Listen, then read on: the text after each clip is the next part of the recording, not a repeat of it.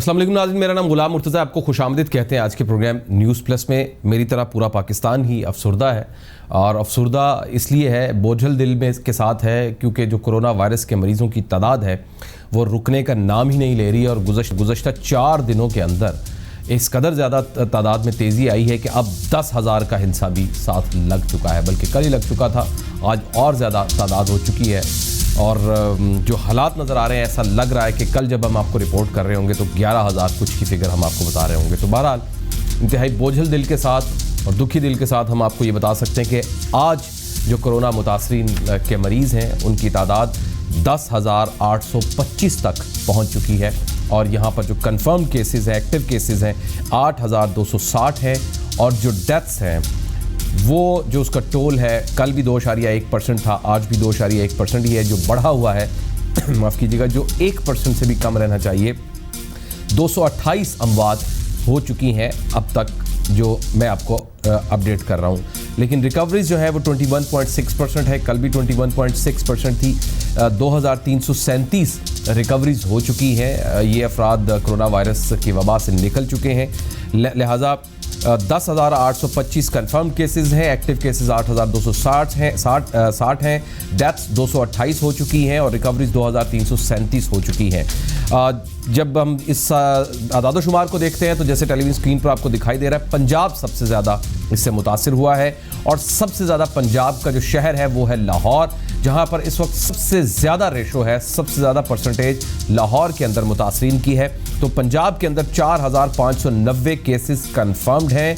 इस वक्त जो एक्टिव केसेस हैं 3,742 इसी वक्त एक्टिव केसेस मौजूद हैं पूरे पंजाब के अंदर, और 58 डेथ्स हो चुकी हैं, 790 रिकवर्स भी हो चुके हैं। सिंध की सूरत हाल सेकंड नंबर पर आती है, क्योंकि यहाँ पर 3,671 कन्फर्म केसेस हैं, 2,883 एक्टिव केसेस हैं जो अभी रिकवर नहीं हुए हैं, और 73 अमवात यहाँ पर हो चुकी हैं। एज़ कम्पेयर टू पंजाब, यहाँ पर डेथ रेशो जो सिंध के अंदर है वो बहुत ज़्यादा है, और 715 यहाँ पर रिकवर हो चुके हैं। खैबर पख्तूनख्वा की जो सूरत हाल है वो बहुत भयानक ग्राफ शो कर रही है। वो ये कि 1,453 तो मुतासरीन है, 956 एक्टिव केसेस हैं, लेकिन अमवात 83 हो चुकी हैं। और इस वक्त जो पूरा ग्राफ आपको पूरा टेबल नज़र आ रहा है, उसमें सबसे ज़्यादा अमवात अब तक खैबर पख्तूनख्वा में हुई हैं, लेकिन मुतासरीन की तादाद भी उसी तनासुब से बहुत ज़्यादा कम है। तो अगर इस तनासुब से देखें तो सबसे ज़्यादा अमवात की रेशो जो आ रही है वो खैबर पख्तूनख्वा में आ रही है। तो बहरहाल यहाँ पर जो रिकवर हुए हैं वो 414 है, और एज़ पर मुतासरीन जो रिकवरी रेशो है वो ठीक है, लेकिन डेथ टोल यहाँ पर काफ़ी ज़्यादा है। अच्छा, इस्लामाबाद में 214 कन्फर्म केसेस है, 185 यहाँ पर एक्टिव केसेस है, 3 अमवात हो चुकी है, 26 रिकवर हो चुके हैं। गिलगित बल्तिस्तान में 290 कन्फर्म केसेस हैं, 86 एक्टिव हैं, लेकिन वहाँ पर रिकवरी के चांस बड़े ज़बरदस्त रिजल्ट्स आ रहे हैं। 201 रिकवर भी हो चुके हैं, 290 कन्फर्म केसेस और 201 रिकवरीज हुई हैं, अमवात 3 है।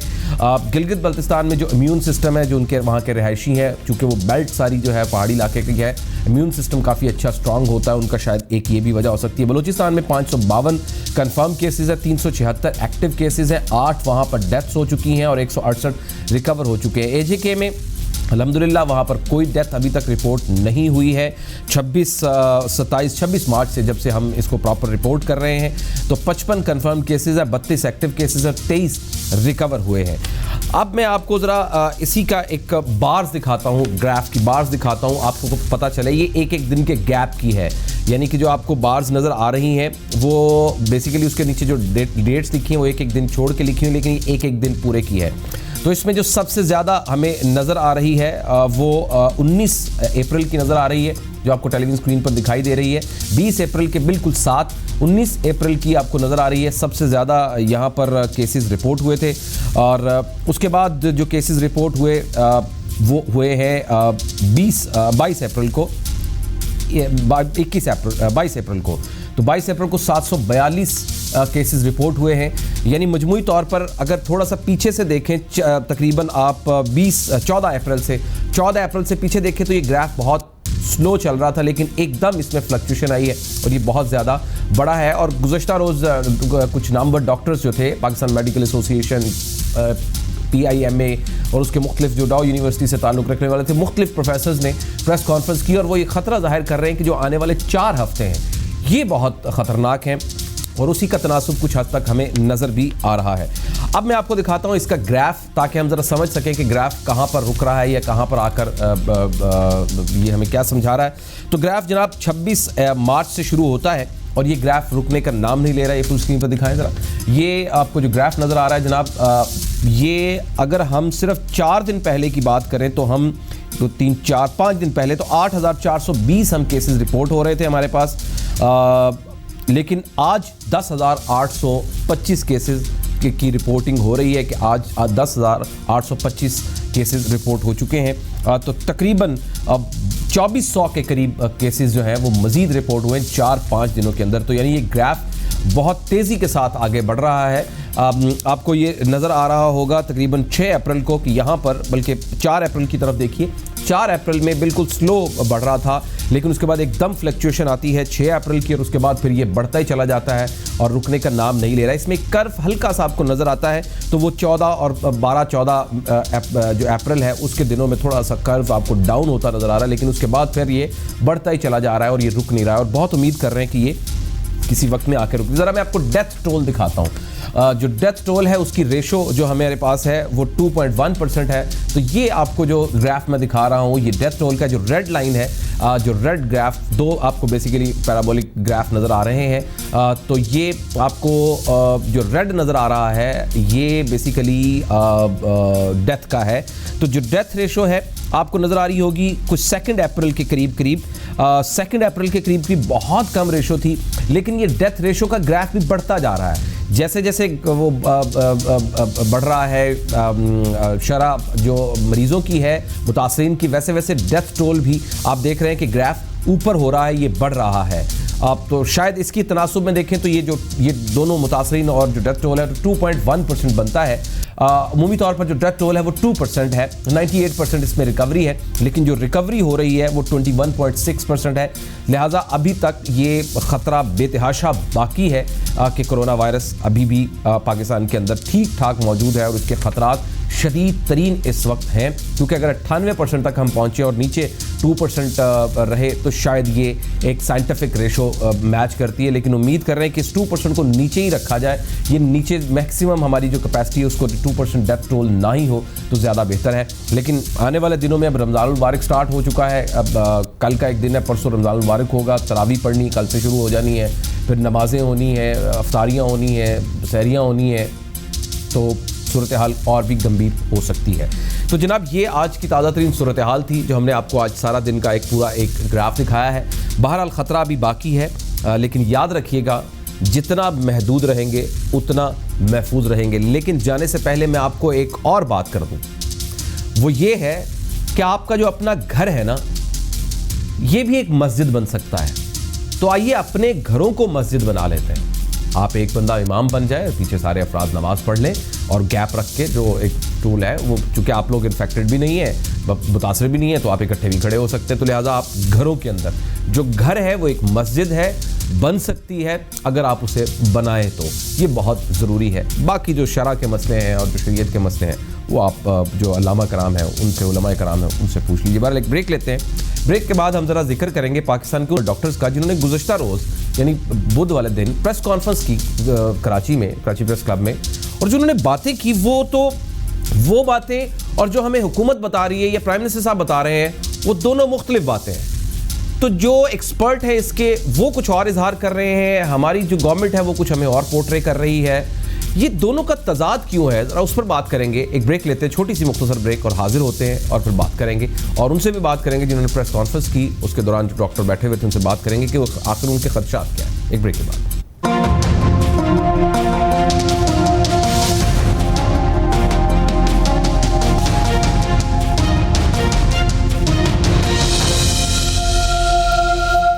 ब्रेक के बाद आपको खुशामदीद कहते हैं। पाकिस्तान के नामवर डॉक्टर्स ने गुज़श्ता रोज़ कराची प्रेस क्लब में प्रेस कॉन्फ्रेंस की और कहा कि सिंध हुकूमत ने आगाज़ में लॉकडाउन पर सख्ती की, लेकिन आहिस्ता आहिस्ता लॉकडाउन जो है वो पूरे मुल्क में मजाक बन गया है। 16 अप्रैल तक 6,772 मरीज थे जो गुज़श्ता 4 दिनों में बढ़कर 9,464 हो चुके हैं। ये गुज़श्ता रोज़ उन्होंने कहा था। जो आज की रिपोर्ट है वो तो बहुत ज़्यादा है, 10,800 कुछ मरीज हो चुके हैं, 10,825। अच्छा जी, ये 5 दिनों के अंदर समझ लीजिए हो गए। यानी 5 दिनों के अंदर कोई 2692 यानी 3000 मरीज सामने आ चुके हैं। 4 रोज में मुतासिरीन की तादाद 40% बढ़ी। ये उन्होंने गुज़श्ता रोज डॉक्टर्स ने अपना इजहार ख्याल किया। उन्होंने कहा कि अगर लॉकडाउन को सख्त ना किया गया तो मुश्किल बढ़ जाएगी।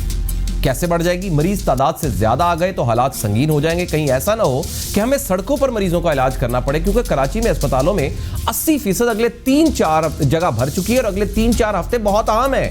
हुकूमत संजीदगी का मुजाहरा करे, ताजर बिरादरी ताउन करे। हमारे उलमा कराम से दरख्वास्त है कि वो मसाजिद में नमाज अदायगी का फैसला वापस लें और आवाम को नमाज तरावी घरों में पढ़ने की तलकीन करें। इन ख्यालात का इजहार उन्होंने, जाहिर है आपको मैंने बताया, प्रेस कॉन्फ्रेंस में किया और उन्होंने कहा कि मेडिकल सहूलतें, टेक्निकल स्टाफ और डॉक्टर्स बहुत कम है। कोरोना से लड़ने की इस्तेदाद नहीं रहेगी। हमारे पास महदूद बेड्स हैं। अगले 2 से 4 हफ्तों में कोरोना केसेस में इजाफा हो सकता है। सिंध में 162 डॉक्टर्स कोरोना का शिकार हो चुके हैं। हुकूमत का ख्याल है कि 70,000 कोरोना के मरीज सामने आएंगे। अगर उनमें से 10% मरीज संगीन नौइयत के हुए तो हमारे पास उन्हें संभालने की सलाहियत तक नहीं होगी। सिर्फ एहतियात से ही बचा जा सकता है और अगर यही सूरत हाल रही तो कहीं ऐसा ना हो कि सड़कों पर इलाज करने पर मजबूर हो जाए। डॉ यूनिवर्सिटी ऑफ हेल्थ साइंसेज के ENT कंसल्टेंट और PIMA के साबिक सदर डॉक्टर आतिफ सिद्दीकी वहां पर मौजूद थे। उन्होंने कहा कि 14 तारीख के बाद लॉकडाउन में नरमी की गई और केसेस में भी तेजी से इजाफा हो गया। अब शुरू के 1000 मरीज एक माह में सामने आए, लेकिन गुज़श्ता 3-4 रोज में 3000 केसेस सामने आ चुके हैं। अगर डॉक्टर्स PPEs मांगते हैं यानी किट्स मांगते हैं तो उन्हें कहा जाता है कि आप नौकरी छोड़ दें। 162 डॉक्टर्स की फैमिलीज आइसोलेशन में है। उन्होंने कहा कि हुकूमत से मुतालबा है कि लॉकडाउन कराया जाए, आवाम घरों से ना निकलें। कारोबारी बरादरी से गुजारिश है कि ताउन करें। हुकूमत के आदाद व शुमार के मुताबिक कोरोना से अमवात की तादाद 200 है, लेकिन बहुत से लोग ऐसे जो कोरोना के बायस इंतकाल कर गए मगर मालूम ही नहीं हो सका कि उनको कोरोना वायरस था। अगर कौम साथ नहीं होगी तो इस बीमारी का मुकाबला डॉक्टर्स अकेले नहीं कर सकते। अगले 4 हफ्ते बहुत अहम है, हुकूमत संजीदगी का मुजाहरा करे। ये बातें जो की इन्होंने प्रेस कॉन्फ्रेंस में, वहां पर डॉक्टर आतिफ जिनका मैंने जिक्र किया वो मौजूद थे और इस वक्त हमारे साथ जो ENT स्पेशलिस्ट है, कंसल्टेंट है और साबिक सदर है PIMA के, और कल की प्रेस कॉन्फ्रेंस में इजहार ख्याल भी उन्होंने किया, वो मेरे साथ स्काइप लिंक से जुड़ रहे हैं। डॉक्टर शुक्रिया सर आपके वक्त का। कुछ गोश गुजार मैंने किया अपने नाजरीन के जो आपके खदशात कॉन्फ्रेंस थी। सर ये जो आने वाले 4 हफ्ते हैं ये किस तरह से अहम है? क्या आपके खदशात है इस मामले पर? देखिए, जैसे अभी आपने इरशाद फरमाया, बहुत इस चीज़ को गौर करने की ज़रूरत है। कल भी मैंने कहा था कि पहले 1000 मरीज़ जो थे वो एक महीने में हुए थे और अब सिर्फ कल से लेकर कल रात के जो फिगर थे वो 10,075 या 76 थे। जी हाँ। और इस वक्त जो करंट फिगर मेरे सामने वो 10,825 मरीज़ हैं जो हैं। तो अब आप समझ लीजिए कल रात से अब तक तकरीबन जो है वो 800 के लगभग मरीज़ों का इजाफा हो चुका है। 228 डेथ्स हो चुकी हैं। और जाहिर है कि इसके अंदर मैं अर्ज़ करूं आपसे कि ये मर्ज़ एक से एक आदमी को नहीं लगता है, बल्कि 1 से 10 और 10 से 100 और 100 से 1000 लोगों को। बिल्कुल। इसीलिए दुनिया में इसका जो ग्रोथ रेट है वो इसी तरीके से बहुत तेज़ी से होता है। देखिए, हम एक पसमानदा मुल्क हैं, हमारा जो इंफ्रास्ट्रक्चर है हेल्थ का वो बहुत कमज़ोर है।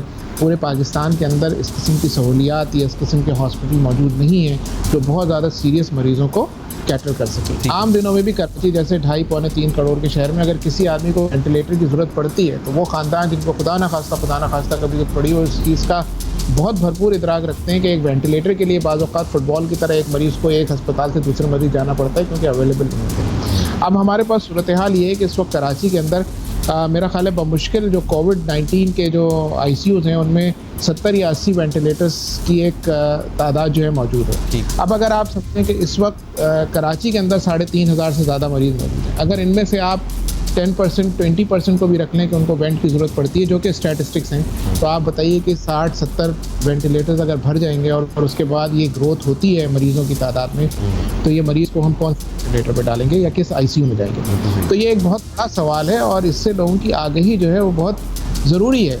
हमारी प्रेस कॉन्फ्रेंस का मकसद लोगों को आगाही फराहम करना था, क्योंकि अभी भी लोग कल से भी अब तक जो है वो हमारे साथ बहुत सारे हमारे बहुत काबिल एहतराम दोस्तों के और बहुत सारे हमारे बिज़नेस कम्युनिटी से बायसियत पेशेंट्स के और हर तबका फ़िक्र हमारे साथ जो है वो जुड़ा हुआ होता है, उसका हमारे साथ एक ताल्लुक़ होता है। तो उनके बहुत सारे मैसेजेस यही आ रहे हैं कि ये वाक़यतन है या ये नंबर बढ़ाए गए हैं या ये फ़ेक है। तो देखिए, हम तो अस्पताल के अंदर बैठे हैं, जिसको शक हो, हमने कल भी कहा था, वो आए और आके एक दिन आइसोलेशन वार्ड पे चक्कर लगा के चला जाए, एक दिन ICU में चंद मिनट गुजार के चला जाए तो अंदाज़ा हो जाएगा कि मरीज पे क्या गुजरती है और उसके साथ उस डॉक्टर पे क्या गुजरती है जो उस आईसीयू के अंदर या आइसोलेशन वार्ड में काम कर रहा होता है। सही। अच्छा डॉक्टर साहब, मेरा एक सवाल है, आपकी बातें ठीक हैं, आप जो कह रहे हैं दुरुस्त है। मैं गुज़िश्ता को तकरीबन 2 महीने से रेगुलर बेसिस पर प्रोग्राम कर रहा हूँ। मैंने इंटरनेशनल फोरम के ऊपर डॉक्टर से भी बात की, बायोटेक्नोलॉजिस्ट से भी बात की, रिसर्चर से भी बात की, तो जो मोलिकुलर पैथोलॉजिस्ट हैं उनसे भी बात की। मैं ओवरऑल जो क्रक्स निकल रहा है वो ये एक थिन लाइन सी बन रही है कि ज़्यादा कसूर किसका है। हम रियासत को, हुकूमत को कसूरवार ठहराएं या आवाम को कसूरवार ठहराएं। हम इस थिन लाइन को किस तरह से डिफाइन करें इस सारे मैटर में? कसूर ज़्यादा किसका है सर?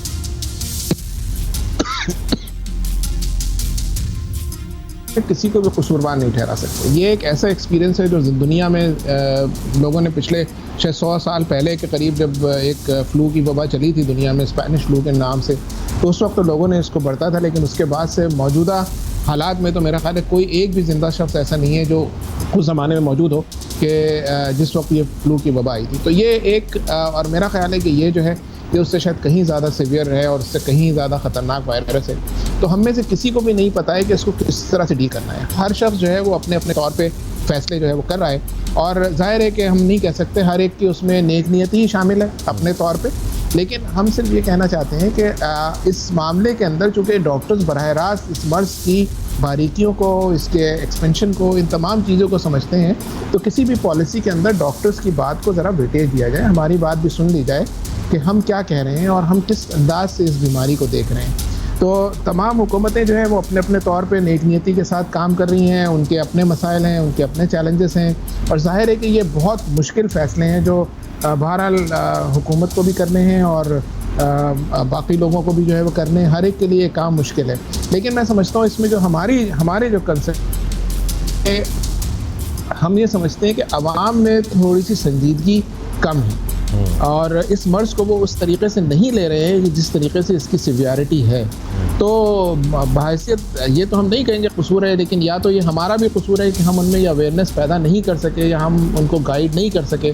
तो आवाम को ये चीज़ समझनी चाहिए कि ये ज़्यादा मिलना जुलना या घरों से बाहर निकल आना उनके अपने लिए नुकसानदेह। एक मरीज़ जो है वो बीमार होता है, एक शख्स को कोविड-19 में मुब्तला होता है, तो वो अकेला नहीं होता बल्कि उसका पूरा घर, उसका पूरा जो कुंबा है वो उसके साथ मुतासिर होता है। ये आप सबको पता है। एक आदमी को अगर हो जाए तो पूरे लोग उसके साथ के जो इर्द गिर्द के होते हैं वो आइसोलेट हो जाते हैं। तो इस लिहाज से समझना चाहिए कि इसमें किसी एक आदमी का तो मैं समझता हूँ कि कसूर तो किसी का भी नहीं है। भारत शायद हमारे अमाल का ही कसूर है कि हम उस लिहाज से अल्लाह ताला की जो है वो नाराज़गी के शायद हकदार हो गए अपने अमाल की वजह से। लेकिन तो हम सब देखिए, आप सब नामवर डॉक्टर्स का नुक्ता नज़र ठीक है, वैलिड है, समझ आती है, लेकिन एक सवाल है, आपका किया क्या जाए? अब वज़ीर आज़म साहब खदशा जाहिर कर रहे हैं कि अगर लॉकडाउन सख्त कर दिया तो ख़तरा है लोग भूखे मर जाएंगे, बात वो भी ठीक है। किया क्या जाए अब? मतलब हमने इकोनॉमिक कंडीशंस भी देखनी है। हम कुछ डेवलप्ड कंट्रीज़ है नहीं है, हम गरीब मुल्क हैं, बहुत ज़्यादा गरीब तो नहीं है लेकिन गरीब मुल्क है।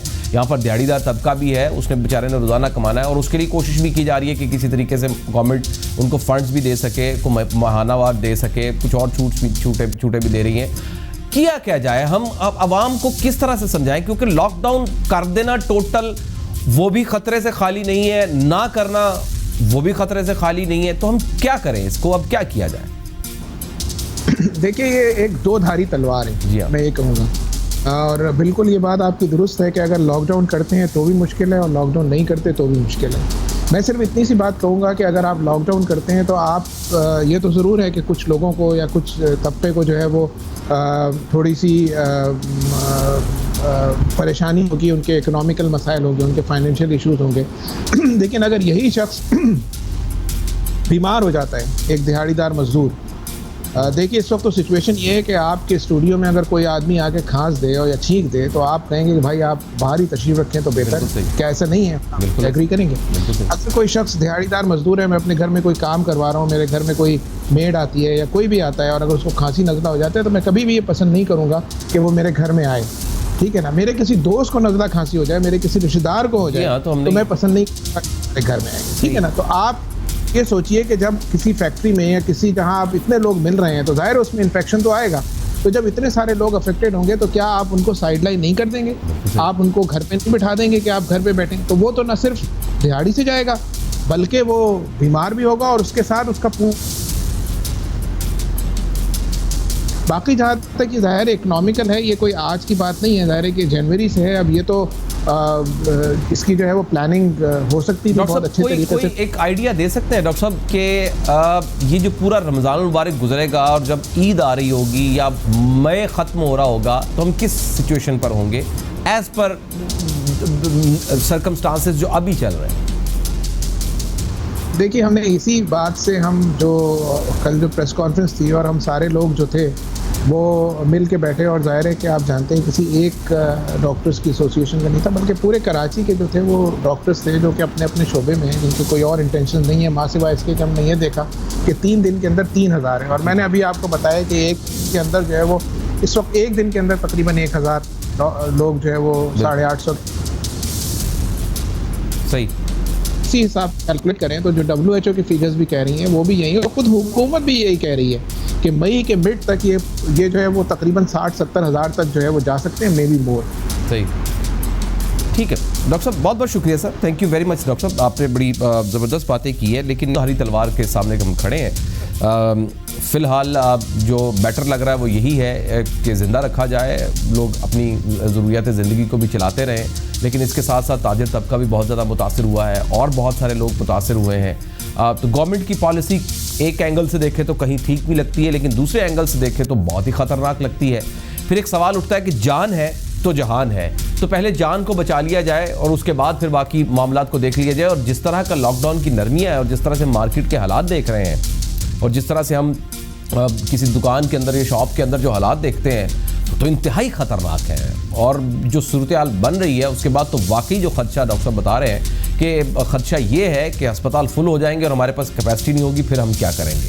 बहरहाल ये सिचुएशन आगे मजीद आने वाले प्रोग्राम से मजीद डिस्कस करते रहेंगे। एक ब्रेक लेते हैं और ब्रेक के बाद बात करते हैं पार्लियामेंट का इजलास वो नहीं बुला पा रहे हैं और उसके पीछे रीज़न भी वाज़ेह है, कोरोना वायरस है, इकट्ठे नहीं बैठ सकते हैं, तो फिर क्या किया जाए? कोई डिजिटल पार्लियामेंट का इजलास बुला लिया जाए, जूम एक ऐप है। आज PMLN ने भी अपनी ECC की कमेटी का इजलास भी बुलाया और बड़ा ज़बरदस्त हो भी गया। शहबाज शरीफ साहब के पास रिमोट था, वो जिसका माइक चाहे ऑन करें, जिससे सवाल करें, आगे से जवाब देते थे, आगे से रिप्लाई आता था। क्या ऐसा ही कुछ सेशन हो सकता है? एक ब्रेक लेते हैं, बड़ा इंपॉर्टेंट टॉपिक है, उसके ऊपर बात करते हैं।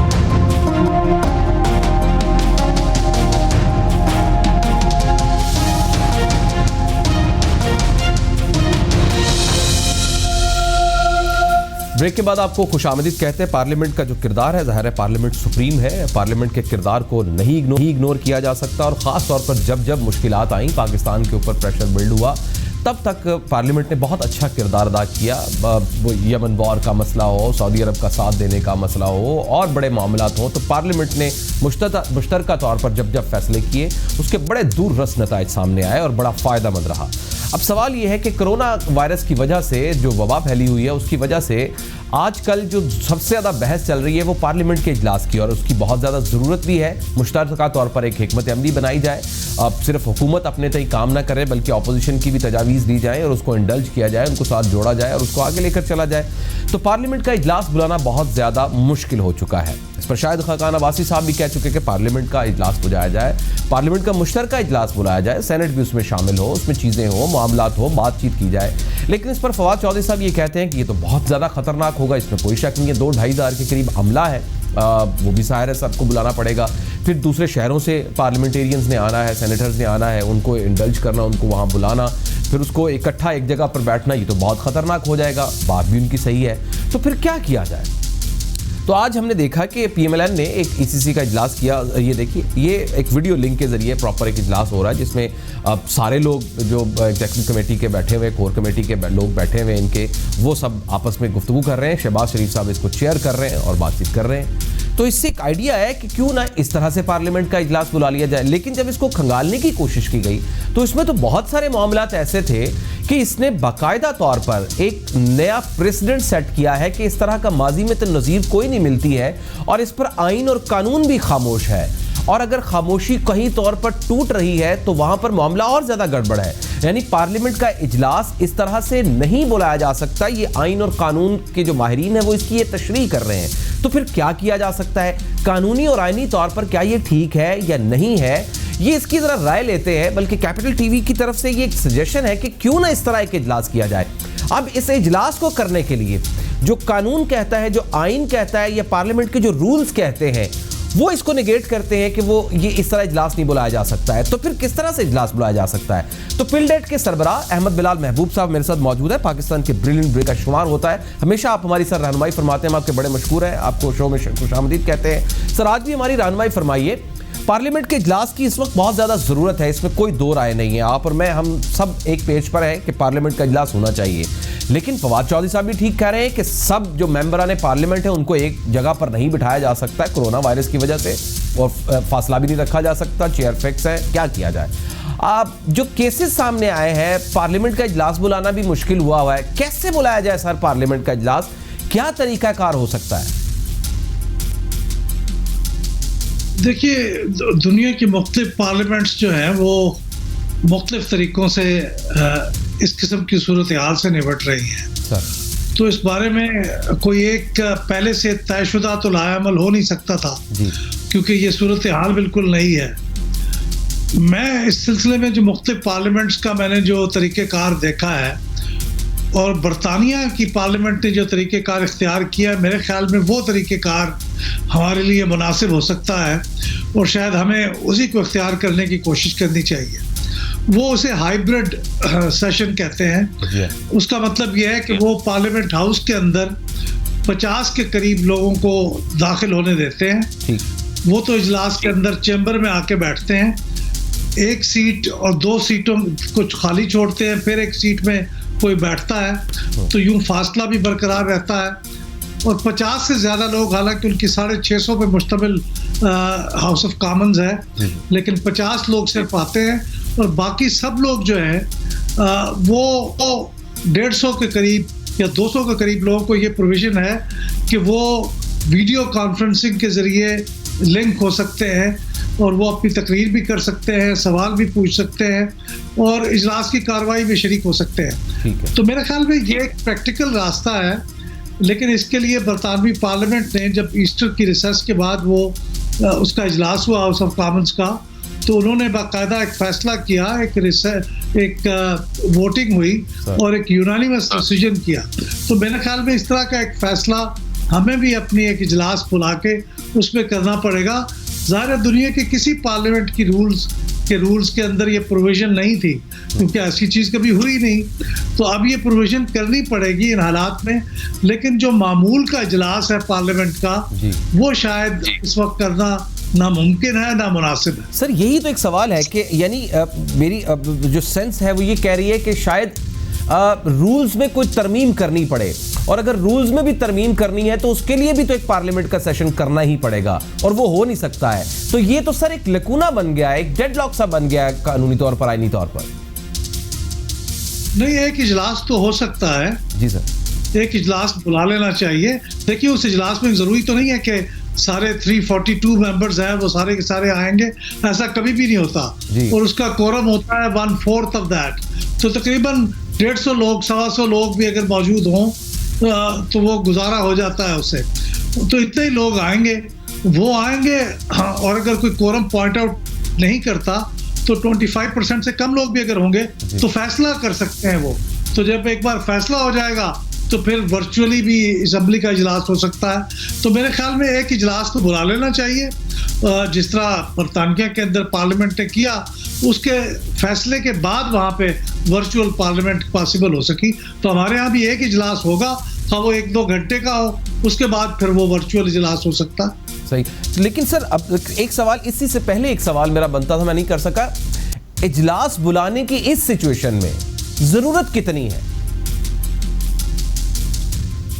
देखिए, मैं तो ज़ाती तौर पे समझता हूँ कि इस वक्त तो कोई ऐसी सख्त ज़रूरत नहीं है, और जो ज़रूरत है उसको कई और तरीक़ों से पूरा किया जा सकता है। रमज़ान के महीने में अमूमन हमारी पार्लियामेंट हमारे उसके इजलास नहीं होते, या होते हैं तो कम होते हैं, क्योंकि रमज़ान में ज़रा वर्किंग आवर्स भी कम हो जाते हैं। तो देखिए, अगर आपने काम करना है तो उसके लिए हमारे पास कमेटियाँ मौजूद हैं। हमारे पास हेल्थ से रिलेटेड हर सूबे में कमेटी मौजूद है, और हमारे सेंटर में भी नेशनल हेल्थ सर्विस की एक कमेटी मौजूद है। उस कमेटी के अंदर हर पार्टी के लोगों की रिप्रेजेंटेशन होती है। जिस तरह हिज़्ब इख्तिलाफ वहाँ होता है, हिज़्ब इक़्तिदार भी होता है, इस तरह कमेटियों में भी होता है। और कमेटियाँ इस किस्म की कोई काम जो कि बहुत नई लेजिस्लेशन का हो या कोई नई पॉलिसी के ऊपर गौर करना हो, तो वो बहुत अच्छा काम कर सकते हैं। तो मेरे ख्याल में, और फिर सबसे ज़्यादा अहम इस वक्त जो ज़रूरी काम है वो ये है कि हुकूमती इक़दामात पे निगरानी की जा सके। तो हुकूमती इक़दामात पे निगरानी करने के लिए बेहतरीन फोरम जो है वो कमेटियाँ हैं। कमेटियों के इजलास हों, और हमारे स्पीकर नेशनल असम्बली ने एक जॉइंट कमेटी बनाई है जिसमें सेनेट के लोग भी हैं और नेशनल असम्बली के भी हैं। वो ख़ास तौर पे एक पार्लियामेंट्री कमेटी ऑन कोविड-19 है, यानी कोविड-19 से मुतल्लिक ख़ुसूसी तौर पे जो अमूर हैं उनको तय करने के लिए वो कमेटी बनी है। उसके 2 इजलास हो चुके हैं, गालिबन तीसरा इजलास भी हो चुका है। तो वो इजलास हो रहे हैं, और बहुत से ऐसे मामला जो आजकल कोविड-19 से ही मुताल्लिक हैं वो उस कमेटी के अंदर भी तय हो सकते हैं, क्योंकि उसमें बहुत सीनियर लोग बैठते हैं। और उस कमेटी ने यह तय कर लिया है कि वो वर्चुअली भी मिलेंगे, और जो लोग मेंबर वहाँ आ सकेंगे वो आ जाएंगे, और ऐसे ही उनके इजलास हो रहे हैं, यानी हाइब्रिड तरीके से इजलास हो रहे हैं। तो मेरे ख्याल में फौरी कोई ऐसी ज़रूरत नहीं है, लेकिन अनकरीब जबकि बजट का सेशन आएगा, जब जून का इब्तिदा होगी, तो उस वक्त फिर असम्बली का इजलास बुलाना ज़रूरी होगा। लेकिन उस वक्त से पहले हमें असम्बली का इजलास बुला के इसके रूल्स तय कर लेने चाहिए कि फिर बजट में कैसे इजलास होगा, और बजट में भी क्या वर्चुअल रिप्रेजेंटेशन हो सकती है।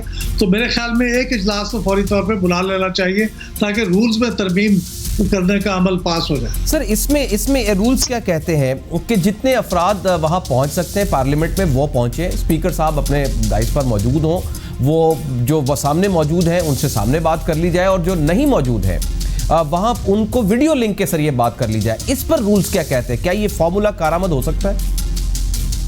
देखिए, रूल्स तो इस बारे में जाहिर है कोई उन्होंने स्पेसिफिकली ये नहीं कहा हुआ कि ये भी तरीक़ेकार हो सकता है, क्योंकि ऐसी कभी सूरत हाल कभी उन्होंने सोची नहीं थी कि कभी ऐसा भी होगा। तो रूल्स के अंदर से ज़्यादा सिचुएशन ये है कि सेनेट की रूल्स कमेटी ने कहा है कि कॉन्स्टिट्यूशन के जो अल्फाज हैं वो भी वर्चुअल पार्लियामेंट की इजाज़त नहीं देते। मसलन जो आर्टिकल 54, आर्टिकल 55, मैं ज़ाती तौर पे इससे मुत्तफिक नहीं हूँ उसकी इंटरप्रिटेशन से, क्योंकि उनके अंदर ये कहा गया है कि वो जो सदर ममलकत है वो जब इजलास बुलाएंगे तो उसमें प्लेस का तयन करेंगे। तो प्लेस इसका मतलब है कि वो पार्लियामेंट हाउस में ही इजलास हो सकता है। मेरे ख्याल में इंटरप्रिटेशन दुरुस्त नहीं है। प्लेस में जहाँ स्पीकर बैठ जाएंगे, कुछ मेंबर भी बैठ जाएंगे, तो प्लेस तो वही होगी। लेकिन अगर बाकी लोग वर्चुअली भी उसमें शिरकत हो जाएगी तो वो प्लेस की कोई खिलाफ वर्जी नहीं होती। तो इसी तरह आर्टिकल 55 में भी ये अल्फाज हैं इस तरह के, जिसके बुनियाद पे कहा जा रहा है कि शायद वो ये नहीं कर सकते। जैसे वहाँ पे लिखा गया है कि ये मेंबर्स जब वोट करेंगे तो प्रेजेंट एंड वोटिंग की, तो प्रेजेंट की जो तशरीह है वो की जा सकती है कि जो लोग वर्चुअली मौजूद हैं, सुन रहे हैं, देख रहे हैं, तो वो भी प्रेजेंट हैं। फिजिकली प्रेजेंट के तो अल्फाज नहीं हैं। तो मैं तो उनकी तशरीह से मुत्तफिक नहीं हूँ, लेकिन मेरे ख्याल में इसके ऊपर एक कंसेंसस डेवलप होगा और एक इजलास होगा, तो फिर चीज़ें थ्रैश आउट हो जाएंगी। लेकिन मेरे ख्याल में इसको इज़्ज़त का मसला नहीं बनाना चाहिए, और इसमें आसानी का रास्ता ही ढूंढना चाहिए। अगर इबादत में हम उलमाए किराम से कह रहे हैं कि वो मसाजिद के अंदर, जैसे मस्जिदुल हराम, मस्जिद नबी में भी उन्होंने नए SOPs अडॉप्ट कर लिए हैं, तो मेरे ख्याल पार्लियामेंट के अंदर भी इसको अडॉप्ट करना चाहिए, और इसको जल्द अज जल्द इसका फैसला कर देना चाहिए। अच्छा सर, अगर रूल्स में तब्दीली की ज़रूरत है तो जाहिर है उसके लिए रूल्स कमेटी भी है, इजलास भी बुलाना पड़ेगा, मेजोरिटी चाहिए होगी वहाँ पर, चले 1/3 सही। लेकिन क्या इसमें रूल्स में तब्दीली के लिए ये रास्ता हो सकता है कि इजलास ना बुलाया जाए, या वज़ीर आज़म या सदर पाकिस्तान या सुप्रीम कोर्ट का इसका कोई इख्तियार या इस्तेहकाक है क्या वो इस बारे में कि रूल्स तब्दील कराने के लिए वो कोई किरदार अदा कर सकते हैं पार्लियामेंट का सेशन बुलाए बगैर? जी नहीं, रूल्स के मामले में कतई तौर पे ये पार्लियामेंट का अपना इख्तियार है, अपना इस्तेहकाक है और उसको कोई तब्दील नहीं कर सकता सिवाय पार्लियामेंट के। अगरचे इसके अंदर ये हो सकता है कि कोई किस्म का इजलास बुला के उसके अंदर वर्चुअली भी लोगों की राय ले ली जाए, लेकिन बाद में ये चैलेंज हो सकता है कि ये तो बाकायदा इजलास था ही नहीं। इसलिए इस किस्म की किसी भी पेचीदगी से बचने के लिए मेरे ख्याल में एक इजलास रेगुलर बुला लिया जाए और वो उससे पहले एक कमेटी के अंदर इत्तफाक राय हो जाए। इस वक्त बदकिस्मती से हमारी जो सेनेट की रूल्स की कमेटी है उसमें भी कोई इत्तफाक राय नहीं हुआ, और जो कौमी असम्बली के अंदर एक स्पेशल कमेटी बनाई थी स्पीकर साहब ने खास तौर पे वर्चुअल पार्लियामेंट के मौजू पे, उसके अंदर भी कोई इत्तफाक राय नहीं हो सका। तो अब चूंकि कमेटियों में अगर इत्तफाक राय होता तो फिर असम्बली का इजलास बुला के बड़ी जल्दी उस पर कोई कंसेंसस हो सकता था, लेकिन चूंकि इख्तिलाफ राय है इसलिए इजलास बुलाना और भी ज़्यादा ज़रूरी है। खा वो एक दिन का इजलास हो, चंद घंटे का हो, लेकिन वो बुला लेना चाहिए। लेकिन उससे पहले कमेटियों को मेरे ख्याल में इत्तफाक राय पैदा करने के लिए काफ़ी काम करना होगा, क्योंकि इस वक्त तक तो खलीज जो है वो दोनों आरा के दरमियान काफ़ी बड़ी है। राइट, बहुत बहुत शुक्रिया सर अहमद बिलावल साहब, thank you very much sir, thank you very much sir, हमेशा आप हमारी रहमत हैं, बड़े मशहूर हैं सर हम आपके। इसके साथ ही नाज़रीन हमारा आज का प्रोग्राम अपने इख्तिताम को पहुंचता है। कैसा लगा फीडबैक ज़रूर दीजिएगा, अपना गिरदो नवाज़ का बहुत सा ख्याल रखिए। अल्लाह ने के बाद।